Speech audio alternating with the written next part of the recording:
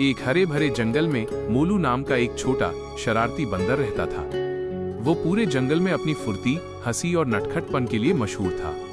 लेकिन मोलू की एक आदत अच्छी नहीं थी। वो बिना सोचे समझे काम कर देता था।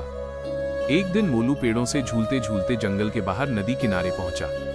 वहां उसने देखा कि नदी के दूसरी ओर बहुत से मीठे फलों के पेड़ हैं। मोलू की आंखें चमक गईं, लेकिन नदी गहरी थी और तेज बहाव था। उसी समय एक कछुआ पानी से बाहर आया। उसने मोलू से पूछा, क्या हुआ मोलू, परेशान क्यों हो?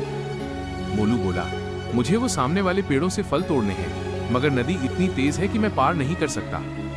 कछुआ मुस्कुराया और बोला, धीरज और सोच समझकर काम करो, हमेशा रास्ता मिल जाता है। मोलू ने सोचा, मैं कछुए की पीठ पर बैठकर नदी पार कर सकता हूँ। कछुआ मान गया और बोला, लेकिन ध्यान रखना, मैं धीरे चलता हूँ। मोलू धैर्य से उसकी पीठ पर बैठ गया।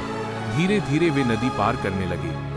मोलू बीच में बेचैन होने लगा और बोला, अरे तुम तो बहुत धीरे हो।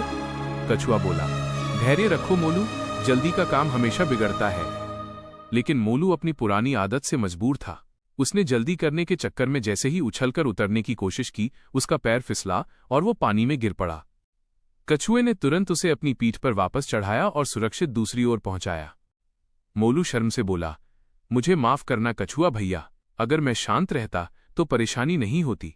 कछुआ मुस्कुराया, कोई बात नहीं मोलू, बस याद रखना, धैर्य और समझदारी से किया काम हमेशा सफल होता है। उस दिन से मोलू पहले सोचकर ही काम करता था और जंगल में सब उसे समझदार मोलू कहने लगे।